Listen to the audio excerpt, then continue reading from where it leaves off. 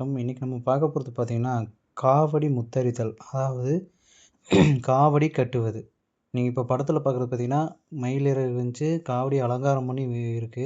இது அலங்காரம் பண்ணுவதற்கு முன்னாடி எப்படி காவடி முத்தரிக்கிறது? அலங்காரம் இல்லாம அலங்காரம் பண்ணுவது எப்படிங்கிறத குறித்து இப்போ பார்க்க போறோம். வாங்க பார்க்கலாம். காவடியோட ஒவ்வொரு பகுதியும் இப்போ பார்ப்போம். இப்போ நீங்க பார்க்குறது காவடியோட முகப்புங்க. இது வந்து ஒரு சைடு முகப்பு. சரிங்களா? காவடியோட ஒரு சைடு முகப்பு. இதுக்கு பார்த்தீங்கன்னா, விநாயகரோட முகம் பதிச்சிருப்பாங்க. அதாவது விநாயகர் உருவம் பதிச்சிருப்பாங்க.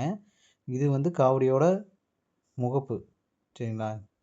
இங்க பார்த்தீங்கன்னா, விநாயகர் ஒரு முகப்புல பார்த்தீங்கன்னா, விநாயகர் பதிச்சிருப்பாங்க.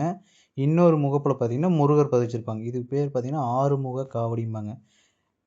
காவடிகள் நிறைய விதம் இருக்கு. ஆட்டக்காவடி, பால் காவடி அந்த மாரி நிறையா இருக்கும். இப்போ நீங்க பார்க்குறது பார்த்தீங்கன்னா, ஆறுமுக காவடிய முத்தரிக்கிறது. இது மெயினான காவடிம்பாங்க.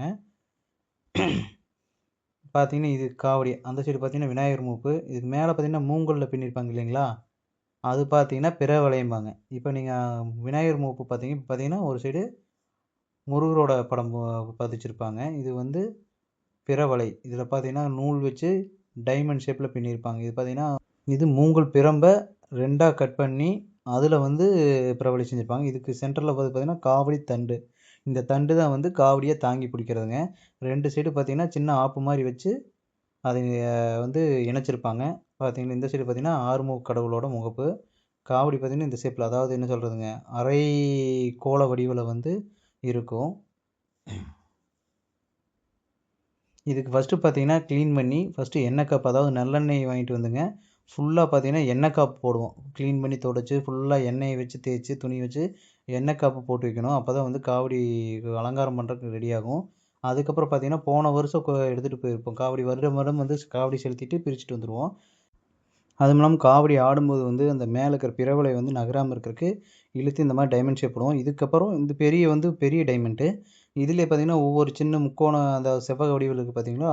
அதுக்கும் வந்து நூல் வந்து பின்னி சின்ன டைமண்ட் ஷேப்ல கொண்டு வருவோம். இது அடுத்த இதில பாருங்க. சின்ன டைமண்ட் ஷேப். இது கூடயே பின்னி, பின்னி, பின்னி சின்ன டைமண்ட் ஷேப் வரும். அது காவடி புனையறதுக்கு முன்னாடி முதல்ல பார்த்தீங்கன்னா, எல்லாமே வந்து கிளீனா துணி வச்சு தொடச்சு, எண்ணெய் காப்பு போட்டு அதுக்கப்புறம் பண்ணுவோம். இன்னொன்னு பார்த்தீங்களா, சின்ன காப்பு.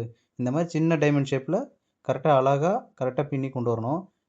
அதுக்கப்புறம் பார்த்தீங்கன்னா, மயிலறு பார்த்தீங்கன்னா, எல்லா மயிலறையும் ஈவனா அழகா கண்ணு இருக்கிற மாரி வச்சு ஒரே அளவு ஒரு 200 கிராம்னா 200 கிராம் 4 புறம் 200 கிராம் இருக்கிற மாரி அளவு வச்சு எடுத்துக்கணும். 2வது அரிசி. அரிசி பார்த்தீங்கன்னா, இந்த சொம்பு இந்த மாரி வைக்கிறோம் இல்லையா? அந்த சொம்புல அரிசி கரெக்ட்டா ஒரு 200 கிராம்னா 200 கிராம். 2 பக்கமே பார்த்தீங்கன்னா, ஒரு 600 கிராம்னா 600 கிராம் கரெக்ட்டா இதாகணும். கரெக்ட்டா ஒரு அளவு இருந்தா தான் வந்து காவடி ஸ்ட்ரெயிட்டா நிக்க முடியும். இன்னொன்னு பார்த்தீங்கன்னா, ஃபர்ஸ்ட்டு காவடியில கட்டும்போது பார்த்தீங்கன்னா, பச்சரிசி போட்டு கட்டுவாங்க. எதுக்குன்னா, பச்சரிசி போட்டு கட்டுனா படி விளையாட போறது இதுக்கு பார்த்தீங்கன்னா, பச்சரிசி தாங்க. 2வது நம்ம இங்க பழனி கிளம்பும்போது பார்த்தீங்கன்னா, அரிசிய மாத்திட்டு கரும்பு சர்க்கரை போட்டு காவடி கட்டுவாங்க. ஏன்னா, முன்னாடியே கரும்பு சர்க்கரை போட்டு கட்டுனா, காவடிக்கு வந்து அவ்வளோ சிறப்பா இருக்காது. அதனால முதல்ல பச்சரிசி போட்டு படி விளையாண்டதுக்கப்புறம், போம்போது கரும்பு சர்க்கரை போட்டு கட்டுவோம். அந்த கரும்பு சர்க்கரை போட்டு கட்டினதுக்கப்புறம் என்னன்னா, அங்க பழனி இங்கிருந்து பாத யாத்திரையா நடந்து போவோம். நடந்து போயிட்டு, பழனி போயி காவடி வந்து பிரிக்கும்போது, அந்த கரும்பு சர்க்கரைய எடுத்து அபிஷேகம் பண்ணிவாங்க இல்லைங்களா? பிரசாதம். பஞ்சாமிர்தம். அந்த பஞ்சாமிர்தத்துல வந்து இந்த காவடியில இருந்து எடுக்கக்கூடிய கரும்பு சர்க்கரைய வந்து கலந்துக்குவோம்.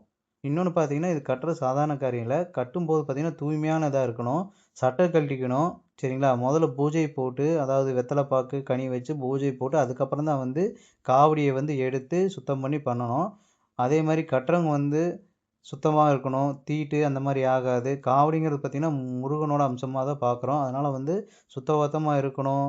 அந்த மாரி பார்த்து, சட்டைய கழட்டிட்டு, பொறுமையா உட்காந்து, அளவு பார்த்து, இன்னொன்னு கத்தி அதிகமா யூஸ் பண்ண மாட்டாங்க. காவடி கட்டும்போது கத்தியே யூஸ் பண்ணக்கூடாது.